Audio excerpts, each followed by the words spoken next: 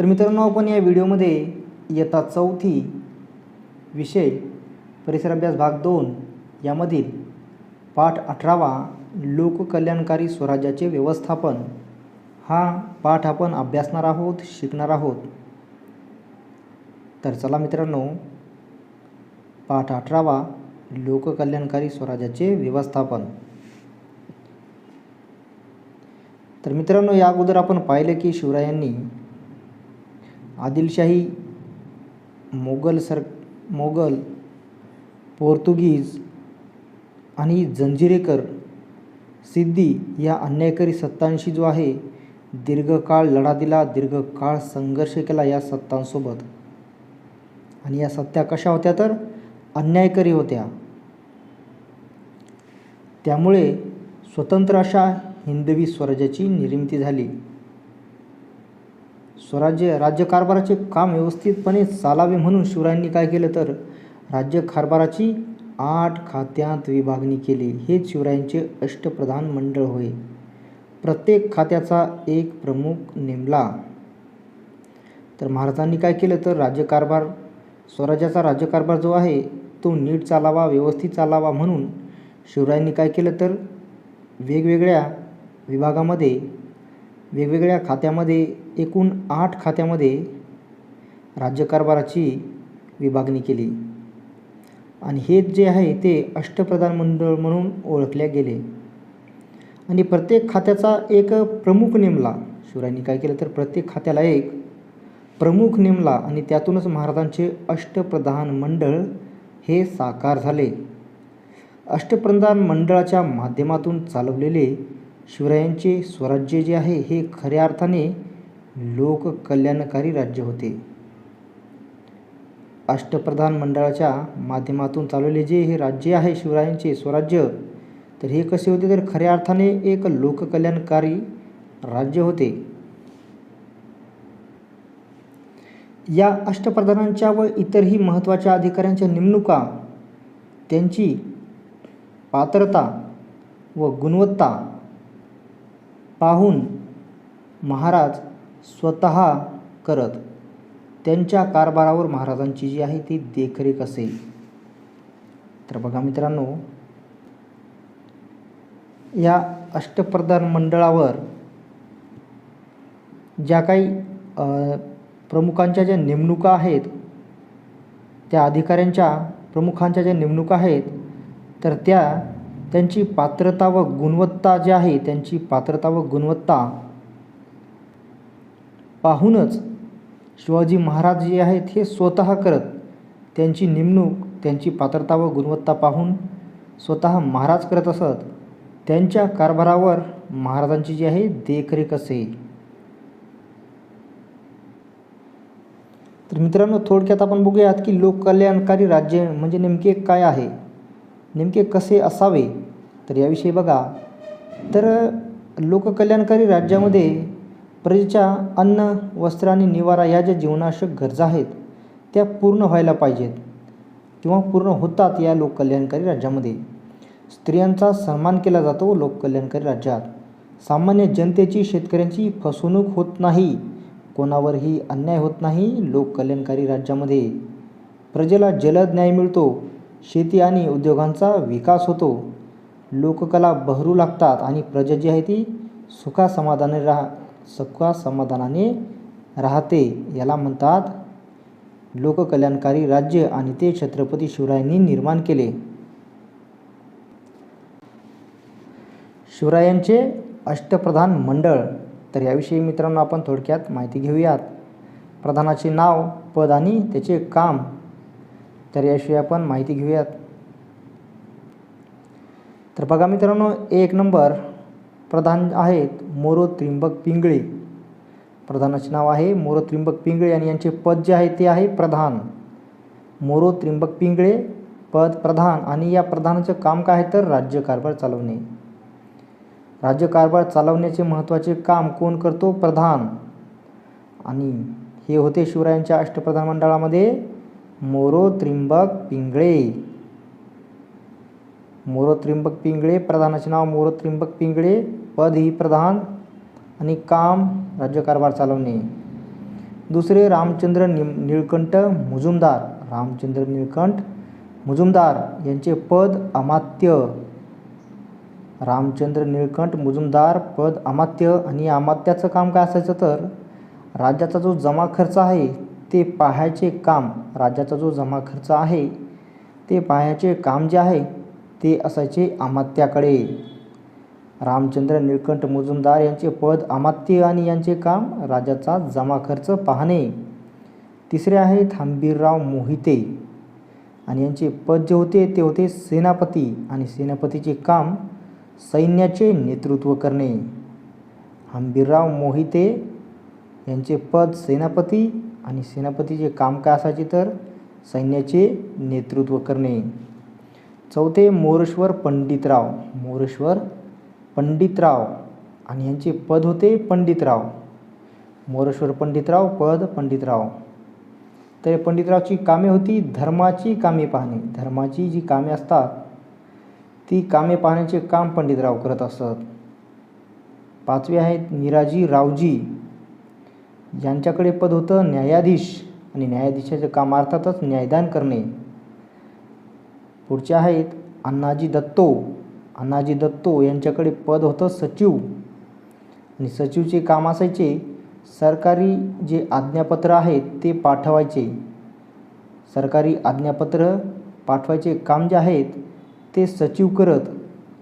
आणि सचिव कोण होते तर अण्णाजी दत्तो. पुढचे आहेत दत्ताजी त्रिंबक वाकनीस, तर यांचे काम होते मंत्री. हे कोण होते तर मंत्री, त्यांचे पद जे आहे हे मंत्री होते, पद मंत्री आणि काम पत्रव्यवहार सांभाळणे. दत्ताजी त्रिंबक वाकनीस पद मंत्री आणि यांचे मंत्र्याचे काम होते जे पत्रव्यवहार आहेत ते सांभाळणे. पुढचे आहेत रामचंद्र त्रिंबक डबीर, तर यांच्याकडे पद होते सुमंत. रामचंद्र त्रिंबक डबीर हे सुमंत या पदावर होते आणि या सुमंतचे काम काय असायचे तर परराज्यांशी संबंध ठेवण्याचे काम सुमंत करत.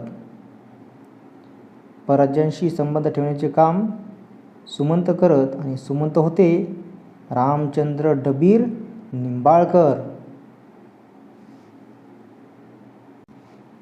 पर्यावरणाचे संरक्षण, त्या त्या प्रदेशावर निसर्गाने निर्माण केलेली भूमी, हवा, पाऊस, नद्या, समुद्र, ओढे, जंगले, लहान मोठे प्राणी, पक्षी, सूर्यप्रकाश, चंद्रप्रकाश इत्यादी सर्व घटकांमधूनच मानवाच्या आजूबाजू जो परिसर तयार होतो त्यालाच नैसर्गिक पर्यावरण असे म्हटले जाते. तर बघा मित्रांनो, ज्या त्या प्रदेशांवर निसर्गाने निर्माण केलेले जे भूमी आहे, हवा आहे, पाणी आहे, नद्या, समुद्र, ओढे, जे जंगले आहेत, त्या प्रदेशातील जे जंगले आहेत तर त्या जंगलामध्ये लहान मोठे प्राणी, त्या प्रदेशामध्ये लहान मोठे प्राणी, पक्षी, सूर्यप्रकाश, चंद्रप्रकाश इत्यादी सर्व घटकांमधूनच मानवाच्या आजूबाजूस एक परिसर तयार होतो. या सर्व घटकांमधूनच काय होतं तर मानवाच्या आजूबाजूस एक परिसर तयार होतो आणि त्यालाच काय म्हणतात तर नैसर्गिक पर्यावरण. या पर्यावरणाचा आवश्यक त्या प्रमाणात उपयोग करून घेणे मानवाच्या हिताचे असते. या पर्यावरणाचा आवश्यक त्या योग्य प्रमाणातच उपयोग करून घेणे मानवाच्या हिताचे असते. पर्यावरणातील या विविध घटकांचा नाश होणार नाही याची शिवरायांनी दक्षता घेतलेली दिसून येते. आणि या ज्या पर्यावरणातील विविध घटक आहेत यांचा नाश होणार नाही, यांची नासधूस होणार नाही याची जी शिवरायांनी काय घेतलेली दिसून येते तर यांनी दक्षता घेतलेली दिसून येते आपल्याला.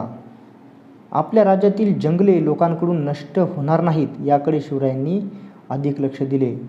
आपल्या राज्यातील जे जंगलं आहेत ते लोकांद्वारे नष्ट होणार नाहीत यावर शिवरायांनी लक्ष दिले. उदाहरणार्थ बघायचं म्हटल्यास आरमारासाठी लहान मोठ्या नावा, जहाजे, वल्हे, सूट इत्यादी तयार करावे लागतात. आरमारासाठी काय करावं लागते तर लहान मोठ्या नावा, जहाजे, वल्हे, सूट हे काय करतं तर लाकडापासून तयार करावं लागते. म्हणून फक्त सागवानाचीच झाडे तोडावीत.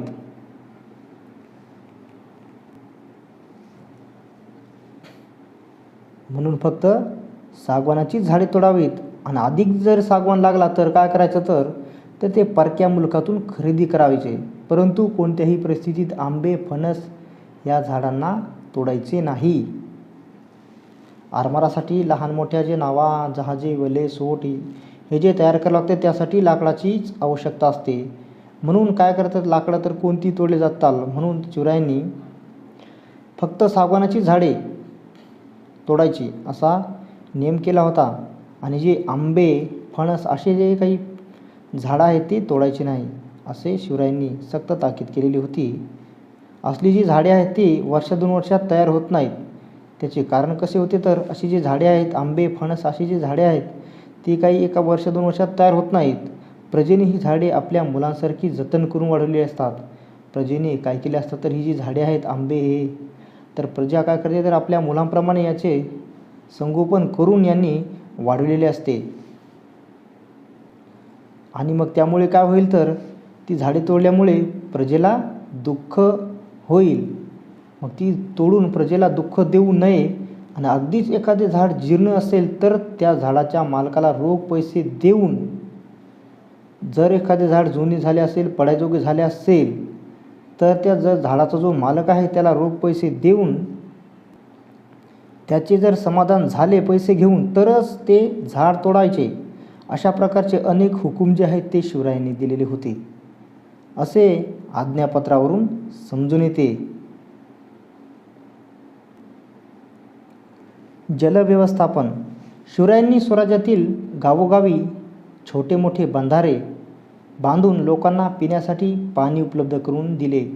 तसेच या बंधाऱ्यांना पाट काढून शेतीसाठीही पाणी उपलब्ध करून दिले. शिवरायांनी काय केलं तर स्वराज्यामध्ये जे छोटे मोठे बंधारे बांधले आणि अनेक लोकांना काय केलं तर पिण्यासाठी जे आहे ते पाणी उपलब्ध करून दिले. आणि तसेच या बंधाऱ्यांना काय केले तर पाट काढून शेतीसाठीही पाणी उपलब्ध करून दिले. आणि मग त्यामुळे काय झालं तर त्यामुळे स्वराज्याचे उत्पन्न जे आहे ते वाढले. स्वराज्यातील रयतेला जी दुष्काळाची कधीही तीव्रता जाणवली नाही. शिवरायांच्या काळात गडांवर वस्ती करून राहणाऱ्या प्रजेची संख्या मोठी असे तेथे पाण्याची व्यवस्था करण्यासंबंधी शिवराय काळजी घेत असत. तर बघा, पाण्याची व्यवस्था जलव्यवस्थापन केल्यामुळे काय झालं तर अर्थातच स्वराज्याचे जे उत्पन्न आहे, शेतीला योग्य प्रकारे पाणी मिळाल्यामुळे जे आहे स्वराज्याचे जे उत्पन्न आहे ते उत्पन्न वाढले. आणि जी स्वराज्यामध्ये जे दुष्काळ पडायचा तर जलव्यवस्थापन केल्यामुळे दुष्काळाची जी तीव्रता जी आहे ती कधीही जाणवली नाही. त्यामुळे शिवरायांच्या काळात गडांवर वस्ती करून राहणारी जी प्रजा आहे ती प्रजेची संख्या जी होती ती मोठी असायची, कारण तेथे पाण्याची व्यवस्था करण्यासंबंधी शिवराय काळजी घेत असत. गड बांधण्यापूर्वी त्या जागेवर पुरेसे पाणी आहे का याची काय केली जात असे, पाहणी केली जात असे. आणि अशा एखाद्या जागी पाणी नसेल तर तेथे पावसाळ्यापूर्वीच तळी आणि टाक्या बांधून पावसाचे पाणी त्यामध्ये साठवले जाई. काय करायचे तर गड बांधायच्या अगोदरच त्या जागेवर पुरेसे पाणी आहे का नाही याची काय केली जायची, पाहणी जायची. एखाद्या ठिकाणी गड बांधायचा आणि तिथे पाणीच नसेल तर अवघड होऊन जाईल. त्यामुळे काय करायचं तर अशा ठिकाणी अशा जागी पाणी नसेलच आणि तिथे गड बांधणे जर आवश्यक असेल तर तेथे पावसाळ्यापूर्वीच काय करायचं, तळी आणि टाक्या बांधून पावसाचे पाणी काय करायचं तर त्यामध्ये साठवले जाईल. त्या ठिकाणी तळी तयार केले जाईल, टाक्या बांधल्या जाईल. मग त्यावेळी पाऊस पडला की तळी भरल्या जाईल, टाक्या भरल्या जाईल पावसाच्या पाण्याने. मग त्या ठिकाणची पाण्याची जी टंचाई आहे ती दूर होईल. आणि हे साठवलेले पाणी जपून वापरले जात असत. आणि हे जे साठवले जे पाणी आहे ते कसे वापरले जात असत तर जपून. अशा जलव्यवस्थेमुळे गडावरील लोकांना आणि स्वराज्यातील प्रजेला दुष्काळातही पाण्याची टंचाई जी आहे ती निर्माण होत नसे. दुष्काळ निवारण. तर दुष्काळग्रस्त काळात शिवराय शेतकऱ्यांना सवलती देत. दुष्काळग्रस्त जो काळ असतो त्यावेळेस शिवराय काय करत तर शेतकऱ्यांना काय करत तर सवलती देत असत, करामध्ये सवलती देत. तर त्या कोणत्या कोणत्या सवलती होत्या तर त्यामध्ये ते शेतकऱ्यांना किंवा प्रजेला सारा जो आहे सारा भरावा लागत असे ते दुष्काळाच्या वेळेस माफ करत असत शिवराय. त्यामुळे काय व्हायचं तर स्वराज्यातील जी दुष्काळाची दाहकता जी वाटायची ना ती कमी व्हायची. एखाद्या वर्षी स्वराज्यात दुष्काळ पडल्यास शिवराय सरकारी कोठारात साठवलेले जे धान्य आहे ते रयतेला मोफत वाटून देत असत बघा. दुष्काळाची एखाद्या वर्षी जर दुष्काळ खूप पडलाच आणि जर धान्याची जर कमतरता झाली तर शिवराय काय करत तर सरकारी कोठारातही साठवलेले जे धान्य असते ते रयतेला मोफत वाटून देत. तसेच काय करत तर दुष्काळाच्या वर्षी शिवराय वेगवेगळ्या किल्ल्यांवर दुरुस्तीची कामे सुरू करत. त्याचप्रमाणे धरणे, कालवे, बंधारे यांचीही कामे सुरू करत आणि या कामामुळे शेतकऱ्यांबरोबरच कारागिरांनाही म्हणजेच बलुतेदारांनाही रोजगार मिळत असे. तर दुष्काळ पडल्यावर हाताला काही काम नसते म्हणून शिवराय काय करत तर विविध शिवरायांचे जे किल्ले आहेत तर त्याच्या किल्ल्यांची दुरुस्तीची जी कामे आहेत ते शिवराय सुरू करत आणि त्याचप्रमाणे नवीन धरणे, कालवे, बंधारे तयार करणे यांची कामे काय करत शिवराय सुरू करत. आणि या कामामुळे काय व्हायचं तर शेतकऱ्यांबरोबर जे कारागीर आहेत म्हणजे जे बलुतेदारांना जे आहे ते रोजगार मिळत असे. आणि रोजगार मिळाल्यामुळे स्वराज्यातील रयतेला दुष्काळाची तीव्रता कधीच जाणवली नाही. रोजगार मिळाल्यामुळे स्वराज्यातील जी रयत आहे तिला दुष्काळाची तीव्रताही जाणवायची नाही. शेतकरी समृद्ध झाल्यामुळे काल ज्याच्या पायात जोडा नव्हता त्याने जोडा घातला, अंगावर वस्त्र नव्हते त्याने वस्त्र घेतले. त्यामुळे विणकरांना काम मिळाले. शेतकरी समृद्ध झाल्यामुळे काय झालं तर ज्याच्या पायात जोडा नव्हता त्याने काय केलं जोडा घेतला, अंगावर वस्त्र नव्हते त्याने काय केलं वस्त्र घेतले. आणि यामुळे काय झालं तर जे विणकर आहेत जे की जोडे तयार करायचे, वस्त्र तयार करायचे काम करतात त्यांना काय झालं काम मिळाले. राहायला ज्यांना घर नव्हते त्यांची घर बांधण्याची परिस्थिती निर्माण झाली. त्यामुळे घर बांधणाऱ्या गवंड्यांना, सुतारांना, लोहारांना व वीट बनवणाऱ्या कुंभारांना काय झालं काम मिळाले. घर बांधण्याची परिस्थिती लोकांची निर्माण झाल्यामुळे लोक घर बांधू लागले आणि त्यामुळे गवंड्यांना, सुतारांना, लोहारांना, वीट बनवणाऱ्या कुंभारांना काय झालं तर काम मिळावं लागलं. आणि अशा प्रकारे स्वराज्यात शेतकऱ्यांबरोबर कारागीर व बलुतेदार सुखी व समृद्ध झाले. सागरी व्यापार आणि इतर व्यापारपेठा. स्वराज्याचे संरक्षण चांगल्या प्रकारे करता यावे म्हणून स्वराज्याला लागून असणाऱ्या समुद्रावर आपली हुकूमत असली पाहिजे. या हेतूने शिवरायांनी आपले स्वतंत्र आरमार उभे केले. तितकेच करून तर ते थांबले नाहीत तर स्वराज्यातील व्यापार वाढावा म्हणून त्यांनी मालाची वाहतूक करणारी खास जहाजे बांधून घेतली. राजापूरसारखी व्यापारी बंदरे विकसित केली. त्याचप्रमाणे रायगडावर खास बाजारपेठ बसवली. तर शिवाजी महाराजांनी काय केलं तर स्वराज्याचे संरक्षण हे चांगल्या पद्धतीने करता यावे म्हणून स्वराज्याला लागून असणारा जो काही आपला समुद्र आहे त्या समुद्रावर आपली हुकूमत असली पाहिजेत हा विचार करून या हेतूने शिवरायांनी एक आपले स्वतंत्र आरमार जे आहे तयार केले. आणि तितकेच करून ते काही थांबले नाहीत तर स्वराज्यातील जो व्यापार आहे तो वाढावा म्हणून त्यांनी काय केलं तर मालाची वाहतूक करणारी खास जहाजे त्यांनी बांधून घेतली. राजापूरसारखी व्यापारी बंदरे जी आहेत तर त्याप्रमाणे बंदरे विकसित केली आणि त्याचप्रमाणे रायगडावर खास बाजारपेठ वसवली. पुण्याशेजारी खेड शिवापूर ही वेगळी व्यापारी पेठ सुरू केली. पुण्याशेजारी खेड शिवापूर ही वेगळी व्यापारी पेठ सुरू केली आणि मोठ्या गावात आणि रस्त्यावरील गावात व्यापार पेठा निर्माण केल्या. मोठ्या गावात आणि रस्त्यावरील गावामध्ये काय केलं तर व्यापार पेठा ज्या आहेत त्या निर्माण केल्या. वीरमाता जिजाबाईंच्या हुकुमाप्रमाणे पुण्याजवळील पाषाण गावात एक नवीन पेठ तयार करण्यात आली आणि तिचा उल्लेख जिजापूर म्हणून केला जात असे.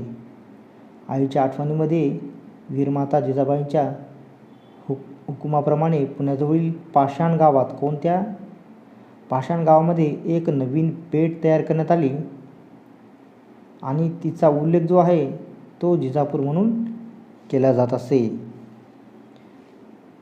स्वराज्यातील व्यापार वाढावा म्हणून शिवरायांनी बाहेरील प्रदेशातून येणाऱ्या वस्तूंवर जास्त कर बसवला. तर शिवरायांनी काय केलं तर स्वराज्याचा व्यापार वाढावा म्हणून जे काही बाहेरून येणारे बाहेर प्रदेशातून येणारे वस्तू जे असतात तर त्या वस्तूंवर काय केलं शिवरायांनी जास्त कर बसवला.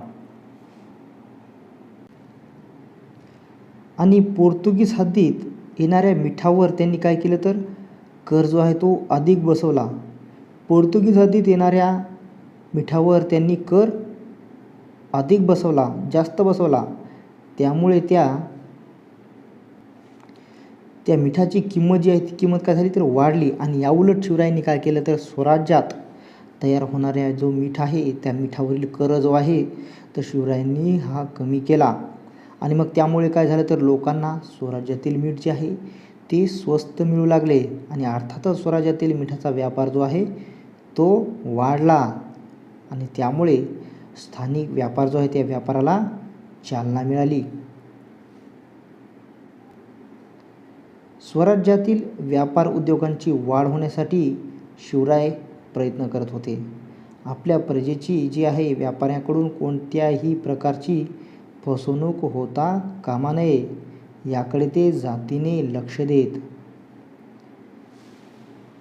कोकणामध्ये नारळ सुपारीच्या व्यापारात लोकांची फसवणूक होत आहे हे समजल्यावर शिवरायांनी तेथील सुभेदाराला ताकीद दिली होती. काय झालं तर कोकणामध्ये नारळ सुपारीच्या व्यापारात लोकांची जी आहे ती फसवणूक होत आहे हे जेव्हा शिवरायांना समजले तेव्हा शिवरायांना तेथील सुभेदाराला जी आहे ताकीद दिलेली आढळून येते. स्त्रियांचा सन्मान. युद्धाच्या काळात शत्रू पक्षाच्या स्त्रिया किंवा मुले यांना कोणत्याही प्रकारची इजा करता कामा नये, उलट त्यांना अतिशय मानाने वागणूक देण्याचे हुकूम महाराजांनी दिले होते. त्यांनी स्वतः अनेकदा आपल्या वर्तनातून स्त्रियांना मानाने कसे वागवावे याचे आदर्श घालून दिलेले आढळतात. तर बघा स्त्रियांच्या सन्मानामध्ये शिवराय खूप लक्ष देत होते. युद्धाच्या काळात शत्रुपक्षाच्या स्त्रिया ज्या असतात किंवा मुले असतात त्यांना कोणत्याही प्रकारची इजा करता कामा नये असे ते हुकूम दिले होते शिवरायांनी. उलट त्या स्त्रियांना मुलांना अतिशय मानाने वागणूक द्यावी असा हुकूम जो आहे शिवाजी महाराजांनी दिलेला होता आपल्या सैनिकांना. आणि त्यांनी अनेकदा आपल्या वर्तनातून स्त्रियांना मानाने कसे वागवावे याचे आदर्शही घालून दिलेले आढळतात. तर त्यातीलच एक उदाहरण म्हणजे कर्नाटकातील बेलेवाडी येथील गढी जिंकण्यासाठी मराठी सैन्य गेले होते. तर तेथील गढीच्या रक्षणासाठी एक स्त्री मल्लम्मा देसाई या नावाची या शूर महिलेने मोठा संघर्ष केला होता.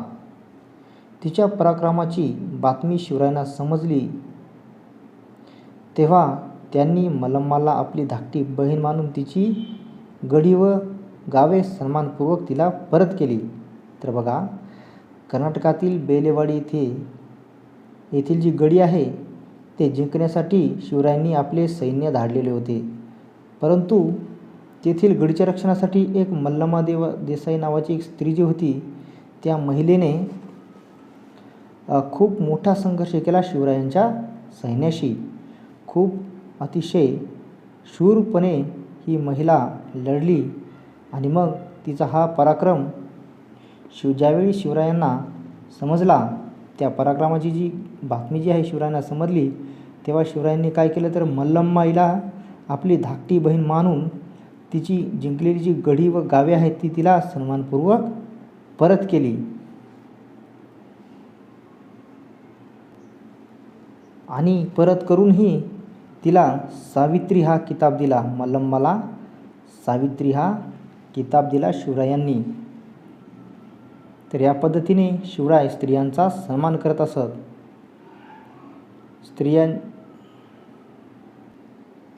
स्त्रिया जरी शत्रू जरी असल्या तरीही शिवराय त्यांचा सन्मान करीत असत. शिवरायांची स्वच्छतेविषयीची दक्षता. घरे आणि सार्वजनिक ठिकाणे अधिकाधिक स्वच्छ कशी ठेवता येतील यासंबंधीही शिवरायांच्या काळात उपाययोजना केली असल्याचे समजून येते. घराभोवती निरगुडीच्या झाडाचे कुंपण घालून घरामध्ये उंदीर, विंचू, किडा, मुंगी यांसारखे प्राणी येणार नाहीत याची दक्षता घ्यावी. त्याचप्रमाणे धूर करून आरोग्याला धोकादायक असणारे जंतू जे आहेत ते नष्ट करावेत, अशाही आज्ञा शिवरायांनी दिलेल्या पाहायला मिळतात. तर बघा, घराभोवती निरगुडीच्या झाडाचे कुंपण घालून घरामध्ये उंदीर, विंचू, किडा यासारखे जे प्राणी असतात तर यासारखे प्राणी घरात येणार नाहीत याची दक्षता घेण्याची आज्ञा जी आहे शिवरायांनी दिलेली आहे. आणि त्याचप्रमाणे धूर करून आरोग्याला धोकादायक असणारे जे जंतू असतात ते दूर करून नष्ट करावेत, अशाही आज्ञा ज्या आहेत शिवरायांनी दिलेल्या आपल्याला पाहायला मिळतात. गडावरील बाजारपेठेत रस्त्यांवर केर कचरा राहणार नाही याची ताकीद देण्यात आलेली दिसते शिवरायांकडून. गडावरील ज्या बाजारपेठा आहेत, रस्ते आहेत, त्या रस्त्यावर केर कचरा जो आहे तो राहणार नाही याची जी ताकीद शिवरायांनी दिलेली आहे. इतकेही करून जर जागोजाग कचरा पडला असेल तर तो गडाखाली फेकू नये. तो जो कचरा आहे तो त्या जागेवर जाळून टाकावा आणि त्यापासून होणारी राख परड्यातील भाजीपाल्यासाठी खत म्हणून वापरावी, अशा विविध सूचना केलेल्या आढळतात. शिवरायांनी गडांची उभारणी, तोफा, दारुगोळा, आरमार, पर्यावरणाचे संरक्षण, जलव्यवस्थापन, सागरी व्यापार आणि व्यापारपेठा, स्वच्छतेविषयीची दक्षता यासंबंधी जे व्यवस्थापन केले होते ते आजही मार्गदर्शक ठरणारे आहे. शिवरायांचे हिंदवी स्वराज्य. हिंदवी स्वराज्य हे शिवरायांच्या स्वप्न होते. हिंदवी स्वराज्य हे शिवरायांचे काय होते? एक स्वप्न होते. हिंदवी म्हणजे हिंदुस्थानात राहणारे, मग ते कोणत्याही जाती धर्माचे असोत, कोणत्याही जातीचे असोत, त्यांचे राज्य ते हिंदवी स्वराज्य. तर बघा, हिंदवी स्वराज्य हे शिवरायांचे काय होते? स्वप्न होते. परंतु हिंदवी म्हणजे हिंदुस्थानात राहणारे. तर हिंदवी म्हणजे फक्त हिंदू नसून हिंदुस्थानात राहणारे, मग ते कोणत्याही धर्माचे असोत, मुस्लिम असो, ख्रिश्चन असो, बौद्ध, कोणत्याही धर्माचे असो, पण ते हिंदुस्थानात राहणारे म्हणजेच त्यांचे जे राज्य आहे ते हिंदवी स्वराज्य. हिंदवी स्वराज्यात राहणारे फक्त हिंदू नसून तर कोणत्याही जाती धर्माचे असोत, त्यांचे जे राज्य आहे ते हिंदवी स्वराज्य. शिवरायांचे उदार धार्मिक धोरण. शिवरायांचे धार्मिक धोरण हे कसे होते? उदार होते. मोहिमेवर असताना शिवरायांनी मशिदींना उपद्रव दिला नाही. कुराण शरीफची एखादी प्रत हाती आल्यास ती प्रत सन्मानपूर्वक मुसलमानांकडे सोपवून देत. शिवराय जे होते तर ते कोणत्या धर्माचा अपमान असा काही करत नसत. त्यांचे जे धार्मिक धोरण हे होते कसे होते? तर उदार होते. सर्व धर्म समभाव मानत आणि ते ज्यावेळेस मोहिमेवर जात तर त्यावेळेस ते कोणत्याही मशिदींना उपद्रव देत नसत. ज्याप्रमाणे इतर जे काही अन्यायकारी जे सत्ता होत्या त्या ज्याप्रमाणे मंदिरे तोडत, त्याप्रमाणे शिवराय हे मशिदींना कधीही उपद्रव देत नसत. त्याचा आदर करत असत, सन्मान करत असत. आणि शिवरायांनी कुराण शरीफची जर शिवरायांच्या हातात एखादी प्रत आल्यास तर ते ती प्रत फाडून फेकून किंवा जाळून टाकत नसत, तर सन्मानपूर्वक मुसलमानांकडे सोपवून देत. कोणी मुसलमान म्हणून ते त्याचा द्वेष करत नसत. कोणी एखादा मुसलमान आहे म्हणून शिवराय त्याचा द्वेष करत नसत. कोणी धर्म बदलला पण पुन्हा त्याला स्वधर्मात परत यावे असे वाटले तर ते त्याला दूर लोटत नसत. शिवराय काय करत असत, तर कोणी जर धर्म बदलला आणि जर त्याला पुन्हा जर वाटलं आपला धर्म बरा होता, आपण आपल्या धर्मात यावे आणि तो आला, तर शिवराय त्याला दूर लोटत नसत, त्याचाही सन्मान करत असत. तर बजाजी नाईक निंबाळकर जो आहे हा शिवरायांचा मेहुणा होता आणि तो जो आहे विजापूरच्या आदिलशहाच्या चाकरीत होता. आदिलशहाने त्याला स्वतःच्या धर्मात घेतले. आदिलशहाने त्याला मुस्लिम बनवले आणि बजाजी विजापुरात राहू लागला. त्याला काही कमी नव्हते पण आपला धर्म बदलला. त्याला काही कमी नव्हते त्या धर्मामध्ये, पण आपला धर्म बदलला याबद्दल त्याचे मन जे आहे त्याला खूप वाईट वाटे. त्यामुळे त्याने स्वधर्मात परत यायचे ठरवले. तेव्हा शिवरायांनी त्याला स्वधर्मात घेतले. नेतोजी पालकर याची हकीकतही अशीच आहे. यांच्यासोबतही असेच घडले. यांनीही धर्म बदलला, परंतु त्यांना पुन्हा धर्मात येण्याची इच्छा झाली. पण नंतर त्याला धर्मात इच्छा झाल्याच्या नंतर तेव्हा शिवरायांनी नेतोजी पालकर यालाही स्वधर्मात घेतले. तर बघा मित्रांनो, शिवराय जे आहेत ते साधू सज्जनांना फार मान देत होते आणि त्यांना मंदिरे जी आहे ती प्रिय होती आणि तसेच त्यांनी मशिदींचेही रक्षण केले आणि त्यांना भगवद्गीता पूज्य होती. त्यांनी कुराण शरीफचाही मान राखला. ज्याप्रमाणे त्यांना भगवद्गीता पूज्य होती तसेच त्यांनी कुराण शरीफचाही मान राखला आणि ख्रिस्ती लोकांच्या प्रार्थना मंदिरांनाही ते जपत असत शिवराय. शिवराय जे आहेत ते विद्वानांचा आदर करत असत. परमानंद, गा भट्ट, धुंडीराज, भूषण इत्यादी विद्वानांचा त्यांनी काय केलेला दिसून येतो, सत्कार केलेला दिसून येतो. तसेच संत तुकाराम, समर्थ रामदास, बाबा याकूत, मौनी बाबा यांचाही त्यांनी बहुमान केला, सन्मान केला. शिवरायांचे 8वावे रूप. काळ्या कुट्ट अंधारात आपली दिशा ठरवून वाट काढायची. संकटे आली असता डगमगून न जाता त्यावर मात करून पुढे जायचे. बलाढ्य शत्रूंशी आपल्या तटपुंजा बळाने झुंज देत आपले सामर्थ्य वाढवत जायचे. सहकाऱ्यांना उत्साह देत व शत्रूंना सतत चुकवत यश मिळवायचे.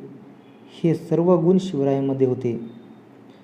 तर बघा, काळ्या कुट्ट अंधारात आपली जी दिशा आहे ती ठरवून वाट काढायची आणि संकटे जरी समोर आले तरीही डगमगून न जाता त्या संकटावर काय करायची, मात करून त्या संकटाच्या पुढे जायचे. बलाढ्य शत्रूंशी आपल्या तटपुंजा बळाने झुंज देत आपले सामर्थ्य जे आहे ते वाढवत जायचे. सहकाऱ्यांना उत्साह देत व शत्रूंना सतत चुकवत यश मिळवायचे. हे सर्व गुण जे आहेत हे शिवरायांमध्ये होते. आदर्श पुत्र, सावध नेता, कुशल संघटक, लोककल्याणकारी प्रशासक, हिकमती लढवय्या, दुर्जनांचा कर्दनकाळ, सज्जनांचा कैवारी आणि एका नव्या युगाचा निर्माता असे शिवरायांच्या व्यक्तिमत्वाचे कितीतरी तेजस्वी पैलू आहेत. हे सारे पाहिले की पुन्हा पुन्हा वाटते शिवरायांचे 8वावे रूप, शिवरायांचा 8वावा प्रताप, शिवरायांचा 8वावा सापेक्ष भूमंडळी. काय वाटते हे सर्व पाहिले की शिवरायांचे 8वावे रूप, शिवरायांचा 8वावा प्रताप, शिवरायांचा 8वावा सापेक्ष भूमंडळी.